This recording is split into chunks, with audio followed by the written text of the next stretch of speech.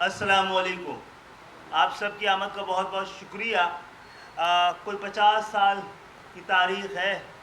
بڑی مشکل سے، بڑی دیر سے، بڑی محنت سے، بڑی دعاؤں کے بعد ایک انصاف ٹہلتا ہوا ہم تک بھی پہنچا ہے، اور وہ کہ جو کہ ریاست کی ذمہ داری رہی ہے، پاکستان کی حکومت اور پاکستان کی سیاست، قانون، آئین نے سب نے اب تک 50 سال میں ضروری نہیں سمجھا تھا کہ پاکستان ہجرت کر کے آنے والوں، وہ لوگ جو بانیان پاکستان کی اولادیں ہیں، جنہوں نے پاکستان بنایا ہے، نہ صرف پاکستان بنایا بلکہ اس کے اندر ترقی اور تعمیر کا ایک نیا دور شروع کیا تھا.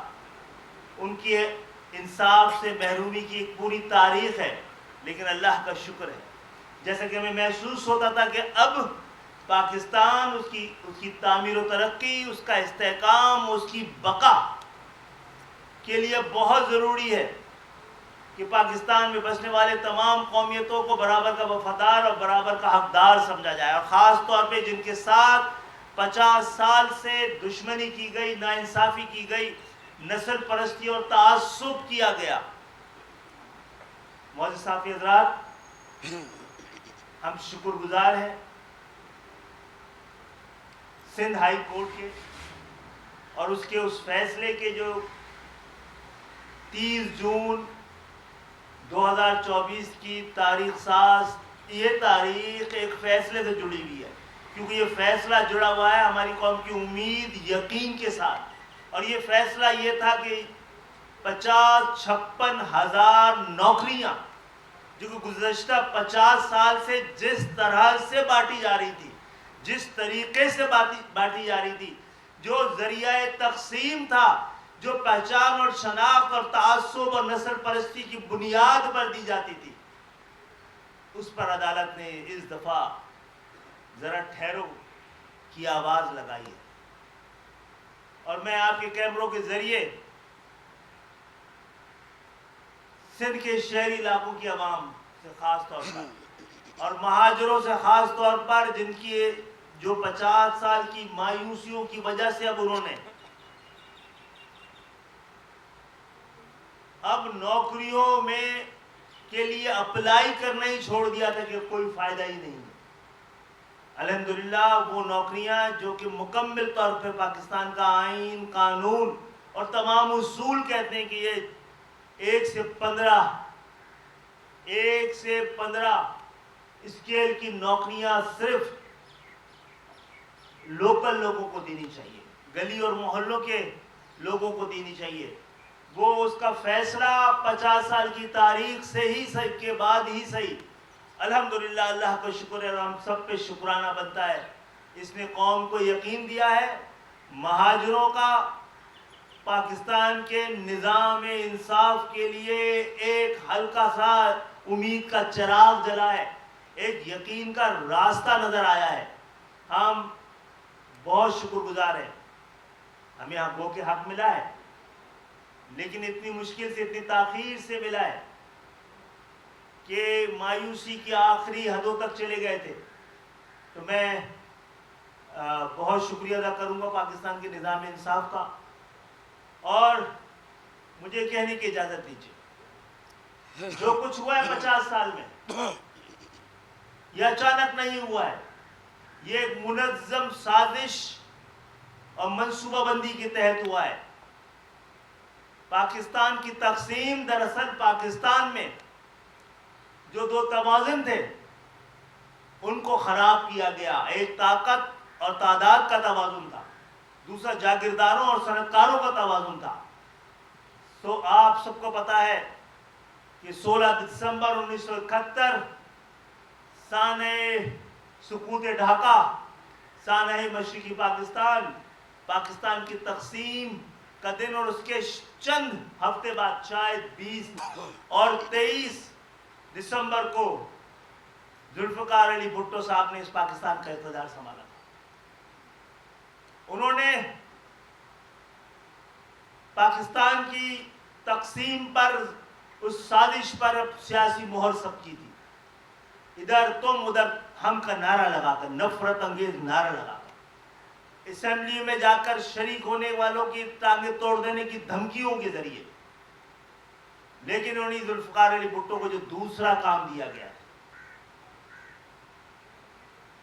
وہ یہ تھا کہ تعداد کے بعد مقدار کے بعد اب معیار پہ ہاتھ ڈالا جائے، کوانٹٹی کے بعد اب کوالٹی پہ ہاتھ ڈالا جائے۔ بھٹو صاحب نے شاید 22 دسمبر 1971 کو اقتدار سنبھالا تھا اور 2 جنوری 1972 کو انہوں نے نیشنلائزیشن کے نام پر تمام اسکول، کالجز، تمام بینک، انشورنس کمپنیاں، شپنگ کمپنیاں، صنعت، تجارت، عرفت، سب کو نیشنلائزیشن کے نام پر فیوڈلائز کر لیا۔